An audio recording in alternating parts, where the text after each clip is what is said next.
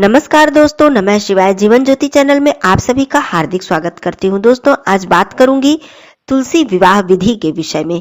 माँ तुलसी जी का विवाह हम हरि प्रबोधिनी एकादशी अर्थात देव उठनी एकादशी के दिन करते हैं और इस दिन तुलसी विवाह करने से हमें सुख सौभाग्य की प्राप्ति होती है। कहा जाता है कि तुलसी विवाह जो भी मनुष्य रचाते हैं, आयोजन करते हैं तुलसी जी के विवाह का, उन्हें कन्यादान करने के बराबर पुण्य फल प्राप्त होता है। तो आप लोग हर प्रबोधिनी एकादशी अर्थात देव उठनी एकादशी के दिन तुलसी विवाह का आयोजन अवश्य करें। आइए एक एक विधि मैं बताती हूँ कि किस प्रकार स्वयं ही आप घर पर तुलसी जी का विवाह भगवान विष्णु जी के रूप शालिग्राम जी के साथ आप करा सकते हैं। यदि आप चाहें तो पंडित जी, ब्राह्मण या पुजारी जी को बुलाकर भी आप विवाह कार्य संपन्न करा सकते हैं, लेकिन मैं सरल विधि बता रही हूँ जिससे कि आप स्वयं घर पे भी एकादशी के दिन आप विवाह का आयोजन कर सकते हैं। और आप चाहें तो एकादशी के दिन यदि नहीं कर पाते हैं तो इसके बाद भी कार्तिक पूर्णिमा तक किसी भी दिन माता तुलसी जी का विवाह भगवान शालिग्राम जी के साथ करा सकते हैं। तो आइए सारी विधि एक एक करके मैं बताती जाती हूँ, आप लोग इसे ध्यान से सुनिएगा, वीडियो में अंत तक बने रहिएगा। चैनल पे पहली बार है तो चैनल को सब्सक्राइब कर लीजिएगा। वीडियो पसंद आता है तो इसे एक लाइक जरूर कीजिएगा। कमेंट बॉक्स में ओम नमो भगवते वासुदेवाय अवश्य लिखिएगा। दोस्तों, सबसे पहले मैं बता दूं कि देव उठनी एकादशी का जो व्रत है ये हर व्यक्ति को, सभी को धारण करना चाहिए। इस व्रत के पुण्य की महिमा का वर्णन करना बहुत ही कठिन है। इसकी महिमा कितनी अपरंपार है। यदि आप वर्ष भर में कोई एकादशी नहीं करते हैं तो इस एकादशी का व्रत अवश्य ही धारण करें। अब आइए मैं तुलसी विवाह की बात करती हूँ, क्योंकि एकादशी व्रत का जो पूजन विधि है इसकी वीडियो विस्तृत रूप से मैंने दी है, आप लोग जरूर चेकआउट कीजिएगा। देखिए, तुलसी विवाह का आयोजन संध्या के समय किया जाता है। प्रदोष काल के समय आप लोग तुलसी विवाह का आयोजन करें। अपने घर में ही जहां भी माता तुलसी जी की क्यारी है, गमला है, पहले आप लोग उस स्थान को अच्छे से साफ कर लें। उस स्थान पर आप लोग लेपन कर लें, जैसे हम लोग लीपते हैं गाय के गोबर से या फिर हल्दी के घोल से या फिर आप गेरू जिसको कि लाल मिट्टी कहते हैं उससे भी आप लेपन कर सकते हैं। स्वयं स्नान ध्यान करके आप लोग अच्छे से स्वच्छ हो जाए। वैसे व्रत का दिन है तो सभी लोग अच्छे से स्वच्छ रहते ही हैं, तो आप लोग स्वच्छ हो जाए। उसके बाद मैं एक एक करके सारी विधि बताती हूँ। आप लोग पहले उस स्थान को साफ कर ले, फिर एक मंडप तैयार कर ले। गन्ने का मंडप यदि आप बनाते हैं तो बहुत अच्छी बात है, गन्ना नहीं मिल पाता है तो आप किसी भी प्रकार से मंडप तैयार कर ले। मतलब जो क्यारी है, तुलसी जी का पौधा है, उसे आप सजा दें, ऊपर कुछ भी ऐसे लगाकर अच्छे से सजावट कर दें। उसके बाद बगल में एक छोटी चौकी, जो भी छोटी बड़ी आपके पास है, रखें। उस पे एक पीला वस्त्र बिछा लें। यदि आपके पास भगवान शालिग्राम जी हैं तो आप उन्हें स्थापित कर सकते हैं, नहीं तो आप भगवान विष्णु जी को या भगवान श्री कृष्ण जी को भी स्थापित कर सकते हैं। लेकिन उनकी अकेली प्रतिमा हो, उनके साथ माता लक्ष्मी जी या फिर श्री कृष्ण भगवान जी के साथ राधा जी की प्रतिमा उनके साथ ना हो, तो अकेली की प्रतिमा हो तो पहले आप पीला कपड़ा बिछाएं, गंगा जल छिड़क के पवित्र करें और आसन दें, गेहूं का आसन या फिर फूलों की पंखुड़ी बिछाकर तब उसके ऊपर आप प्रतिमा स्थापित करें। इस दिन चावल का प्रयोग आप लोग न करें। अक्षत के रूप में आप लोग सफेद तिल का प्रयोग करें और आसन इत्यादि देने के लिए आप लोग गेहूं का प्रयोग करें। तो पहले आपने प्रतिमा स्थापित कर ली, अब आप एक कलश की स्थापना कर लें। कलश की स्थापना करना आप सभी लोग जानते हैं कि कलश, उसमें मौली बांध लें, स्वास्तिक बना लें, नीचे गेहूं का आसन दे दें, अष्टदल कमल बना दें या वैसे ही गेहूं की एक ढेरी पर आप कलश की स्थापना करें। गंगा जल डालें, स्वच्छ जल डालें, हल्दी, दूर्वा, पुष्प, अक्षत, लौंग, सिक्का इत्यादि डालकर ऊपर से पंचपल्लव रख लें। एक पूर्ण पात्र जिसमें कि आप गेहूं रखकर किसी कटोरी या किसी पात्र में आप रख लें, उसके ऊपर एक घी का या तिल के तेल का दीपक प्रज्वलित कर दें। ये आपके कलश की पूरी विधि हो गई, स्थापना हो गई। अब आप गौरी गणेश जी की स्थापना कर ले, क्योंकि बिना गणेश जी और बिना माता गौरी जी की पूजा किए आपका कोई भी कार्य, व्रत, पूजा नहीं शुरू हो सकता है। तो ये तो बहुत ही बड़ा आयोजन है, माता तुलसी जी का विवाह का आयोजन है।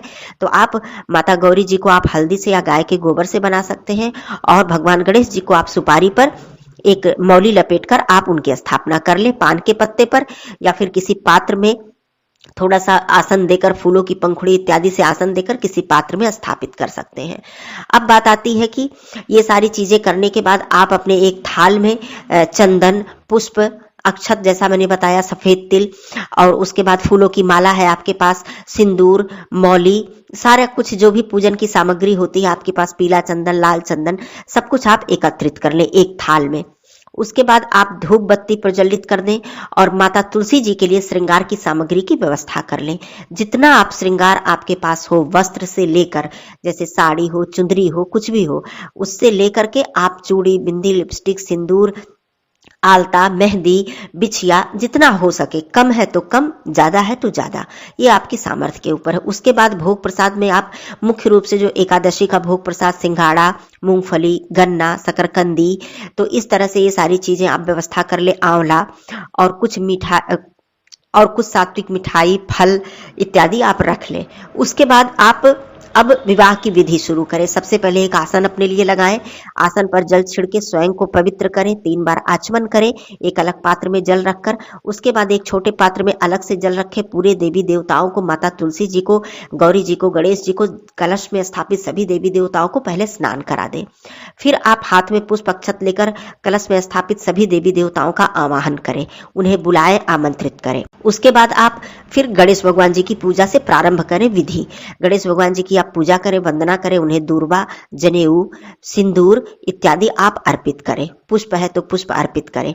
फिर माता गौरी जी का आप पूजन करें। उन माता गौरी जी के पूजन के लिए आप उन्हें वस्त्र के रूप में कलावा अर्पित कर सकते हैं और सिंदूर, माता गौरी जी को अच्छे से सिंदूर अर्पित करना चाहिए, क्योंकि माता गौरी जी को जो सिंदूर हम लोग अर्पित करते हैं, पूजा संपन्न होने के बाद सभी सुहागिन महिलाएं उसे अपने मांग में भरती हैं। तो माता गौरी जी को आप लोग 5 बार 7 बार अच्छे से सिंदूर अर्पित करें। पीले सिंदूर का प्रयोग करें, क्योंकि विवाह का कार्य है और पीले सिंदूर को ही सिंदूर का दर्जा दिया गया है, स्थान दिया गया है। तो आपने कर लिया। उसके बाद आप भगवान विष्णु जी की पूजा अर्चना करें, वंदना करें, उन्हें पीतांबर या फिर कलावा अर्पित करें, चंदन पीला लगाएं। ये सारे कार्य करने के बाद अब आप विवाह की विधि संपन्न करें। सबसे पहले माता तुलसी जी की प्रार्थना करें, पूजा करें। अब सबसे पहले हल्दी की रस्म करते हैं। हल्दी आप रखें दूध में घोलकर थोड़ा सा बनाकर, या फिर गंगा जल में आप थोड़ी हल्दी घोल कर रखें और भगवान जी के हाथों से स्पर्श कराकर माता तुलसी जी को आप लोग लगाएं। हल्दी लगा दें, भगवान विष्णु जी को भी लगा दें, माता तुलसी जी को भी लगा दें। उसके बाद आप मेहंदी, यदि है आपके पास तो नई मेहंदी, लगाई हुई ना हो, नई मेहंदी आप लेकर माता तुलसी जी को आप लोग लगा दें। उसके बाद आपको क्या करना है, अब आप माता तुलसी जी को चुंदरी, जो भी आपने साड़ी, चुंदरी जो भी आपने रखा है, उसे आप अच्छे से माता तुलसी जी को पहना दें। छोटा पौधा है, बड़ा पौधा है, जैसा भी आपके पास पौधा है, इस बात का ध्यान रखें कि पौधे को कोई कष्ट न हो, हानि न पहुंचे। उसी हिसाब से आप चुंदरी इत्यादि लपेटें। यदि बहुत ही नाजुक पौधा है तो जड़ में धीरे से थोड़ा सा लपेट कर आप रख दें, मतलब नियम आप कर दें। और बहुत ही बड़ा पौधा है तो आप ऊपर, यदि हल्की चुंदरी है तो आप ऊपर से भी उड़ा सकते हैं। ये आप अपने हिसाब से देख लीजिएगा, क्योंकि आप विवाह कार्य कर रहे हैं तो पौधे को, माता तुलसी जी को कोई भी कष्ट इत्यादि न पहुंचने पाए। अब आप चूड़ी इत्यादि सब कुछ अर्पित कर दें माता जी को, और सब कुछ श्रृंगार करने के बाद जितनी श्रृंगार की सामग्री है सब कुछ माता तुलसी जी के पास आप अर्पित कर दें। भोग प्रसाद जो भी आपने रखा है भगवान विष्णु जी के समक्ष, माता तुलसी जी के समक्ष अर्पित कर दें। ये सारे कार्य करने के बाद अब आती है वरमाला की बारी। तो वरमाला के लिए आप 2 माला रख लीजिएगा, जो भी आपको मिले। पीले फूलों की माला मिले तो बहुत अच्छी बात है, नहीं तो पीले के साथ यदि लाल फूल भी उसमें है तो कोई बात नहीं है, आप बना लीजिएगा। जैसी भी वरमाला आपको मिल जाती है आप ले लीजिएगा। उसके बाद सबसे पहले आप वरमाला माता तुलसी जी से स्पर्श कराकर भगवान विष्णु जी को अर्पित करें, पहनाएं, उनकी जो भी मूर्ति है, तस्वीर है उनको। और उसके बाद भगवान विष्णु जी से स्पर्श कराकर माता तुलसी जी को आप लोग पहनाएं। ऐसा करने के बाद अब आप बारी आती है गठबंधन करने की। तो गठबंधन के लिए आप वस्त्र भी ले सकते हैं, जैसे चुंदरी और गमछा इत्यादि, और आप चाहें तो नहीं है तो आप कलावा से भी गठबंधन कर सकते हैं, क्योंकि उसे भी वस्त्र का रूप माना जाता है। तो आप माता तुलसी जी को लपेटते हुए और भगवान विष्णु जी को थोड़ा सा ऐसे लपेट कर मूर्ति पर, और बीच से आप गांठ बांध दे। और गठबंधन करते समय गठबंधन के निमित्त आप कुछ दक्षिणा, उसमें पुष्प और कुछ दक्षिणा जरूर रख दें।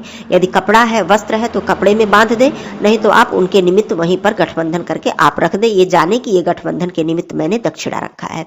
अब बारी आती है सिंदूर दान की। तो सिंदूर दान के लिए आप, जैसा कि मैंने बताया, साफ पीला सिंदूर आप रखें अलग से, जो आप पूजा में प्रयोग करते हैं, और भगवान विष्णु जी के हाथों से स्पर्श कराकर माता तुलसी जी को अच्छे से इस दिन सिंदूर अर्पित करें। उनकी जड़ में, पत्तियों में अच्छे से 5 बार 7 बार आप सिंदूर लगा दें। उसके बाद बारी आती है फेरे की। तो फेरे के लिए मान लीजिए कि आप के घर में और कोई परिवार है या छोटा गमला है, पौधा है, मान लीजिए आपकी जो तुलसी माता है वो जमीन में है, क्यारी में है, तब तो आप लोग फेरे उस तरह से नहीं करा सकते हैं। और यदि छोटा गमला है आप लोग करा सकते हैं तो 2 लोग उठाकर चारों तरफ से घूमते हुए आप लोग फेरा करा सकते हैं। नहीं तो कोई बात नहीं है, इस तरह से आप ना कराएं। एक आप नारियल का गोला ले लें, जटा वाला नारियल ले लें और चारों तरफ से ऐसे घुमाते हुए, मतलब माता तुलसी जी और विष्णु भगवान जी के चारों तरफ से घुमाते हुए आप 7 फेरा कर सकते हैं। इस तरह से भी आप फेरे की जो विधि है, नियम है, इसको आप पूरा कर सकते हैं। ये सब करने के बाद जब आपका फेरा भी संपन्न हो जाता है, उसके बाद आप हवन कर ले। हवन करना बहुत ही शुभ होता है, जरूरी होता है। हवन कर दीजिए, अगियारी कर दीजिए थोड़ा सा, और उसके बाद आप माता तुलसी जी को और भगवान विष्णु जी, गणेश जी, सभी के पास आप नैवेद्य जो है उसे अर्पित कर दें। नैवेद्यम समर्प्यामि करने के बाद अब आप विधि विधान से पूरे परिवार मिलकर आरती कर लें। माता तुलसी जी की आरती, भगवान गणेश जी की आरती, भगवान विष्णु जी की आरती, अच्छे से आरती कर लें। आरती करने के बाद आपको क्या करना है कि कुछ दान निकालना है। जैसे कि बहुत से लोग क्या करते हैं, अगले दिन माता तुलसी जी का पौधा और भगवान शालिग्राम जी को किसी मंदिर इत्यादि में दान कर देते हैं, लेकिन हम लोग दान नहीं करते हैं। इसलिए मैं उसका विधि बता रही हूँ। यदि आपके यहाँ जो भी होता हो, दान होता हो, तो आप लोग कर सकते हैं, लेकिन हम लोग माता तुलसी जी के पौधे को दान नहीं करते हैं, अपने घर से नहीं निकालते हैं, नहीं देते हैं। हम लोग क्या करते हैं, विवाह के उपलक्ष्य में बहुत सारी सामग्री जितनी हो सकती है, बहुत सारी, क्या दान के लिए कोई सीमा नहीं है, अपनी शक्ति, अपनी सामर्थ्य, प्रेम की बात होती है। आप माता तुलसी जी के विवाह के उपलक्ष्य में आप वस्त्र जो भी हो सके, जैसे लेडीज के लिए वस्त्र, जेंट्स के लिए वस्त्र, दोनों तरह के वस्त्र, जैसे धोती गमछा हो गया, साड़ी ब्लाउज हो गया, तो इस तरह से वस्त्र की व्यवस्था कर लें।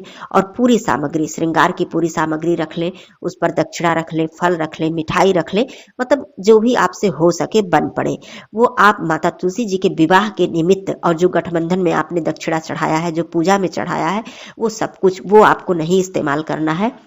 वो सब कुछ रखकर और कुछ ऊपर से आप फल, मिठाई, भोग प्रसाद जो भी आपने चढ़ाया, उसमें से भी कुछ कुछ तो आप लोग ग्रहण करेंगे परिवार के लोग, और उसमें से कुछ लेकर आप माता तुलसी जी के विवाह के उपलक्ष्य में मंदिर में ले जाकर या किसी ब्राह्मण पुजारी जी को आप ले जाकर दान कर दें। तो ये आपका दान हो जाएगा। यदि आपके यहाँ पौधे को दान किया जाता हो तो आप लोग माता तुलसी जी के पौधे का भी दान अगले दिन कर सकते हैं। लेकिन रात्रि में जब आपने विवाह किया, उसके बाद वहां से कोई सामग्री तुरंत आपको नहीं हटानी है, सब कुछ आपको वहीं पर पड़े रहने देना है। केवल जो भोग प्रसाद आपने लगाया है, थोड़ी देर बाद आप पूरे परिवार मिलकर उसे जरूर ग्रहण कर लीजिएगा, और कुछ भोग प्रसाद वहां पर छोड़ दीजिएगा, क्योंकि उस दिन माता तुलसी जी का विवाह है, तो वहां पर बिल्कुल ही सब कुछ वहां से मत हटाइएगा। भोग प्रसाद, कुछ मिष्ठान, फल जरूर वहां पर रहना चाहिए। तो ये कर लीजिएगा, और पूरे परिवार मिलकर आरती इत्यादि आपने कर लिया। फिर उसके बाद आप क्षमा प्रार्थना कर लीजिएगा। आरती करने के बाद कि जो भी मुझसे आपके विवाह का आयोजन करने में, विधि करने में जो भी आप मुझसे त्रुटि हुई, भूल हुई, मुझे क्षमा कीजिएगा। हम अज्ञान, अनजान, बुद्धिहीन है, ज्ञानहीन है। इस तरह से आप क्षमा प्रार्थना कर लेंगे तो आपकी जो भी त्रुटि है उसे भगवान क्षमा करेंगे। तो ये सारे कार्य करने के बाद आपका जो विवाह का कार्य है बहुत ही आसानी से स्वयं घर पे संपन्न हो जाता है। और आप चाहें तो पंडित जी से करा सकते हैं, तो बहुत ही उत्तम बात है, बहुत ही सौभाग्य की बात है। तो इस तरह से कर लीजिएगा, और पूरे परिवार इस दिन उत्सव मनाइएगा। घर में कुछ मीठा, इस दिन सभी लोग व्रत रहेंगे, तो कुछ मीठा ही व्यंजन बना लीजिएगा अपने घर में जरूर। और या तो फिर कोई भी ऐसा पकवान बना लीजिएगा, यदि वो फलाहारी नहीं है तो रख दीजिएगा भोग प्रसाद लगाकर, अगले दिन भी आप उसे ग्रहण कर सकते हैं, क्योंकि प्रसाद जो है वो कभी बासी नहीं होता है। तो ये आपके ऊपर है, क्योंकि आप इस दिन विवाह रचा रहे हैं, तो आपके घर में कुछ ऐसा व्यंजन बनना चाहिए। चाहे तो फलाहारी ही व्यंजन आप बना सकते हैं। तो ये सारी बातें थी विवाह के विषय में। वैसे विवाह के विषय में वीडियो मैं दे चुकी हूँ, लेकिन मैंने कहा कि फिर से आप लोगों को अच्छे से, फिर से सरलता से समझा दूं। तो जितना भी विधि मैंने बताई आप लोग इस तरह से कर लीजिएगा। फिर मिलती हूँ अगले वीडियो में, तब तक के लिए धन्यवाद। नमः शिवाय, हर हर महादेव।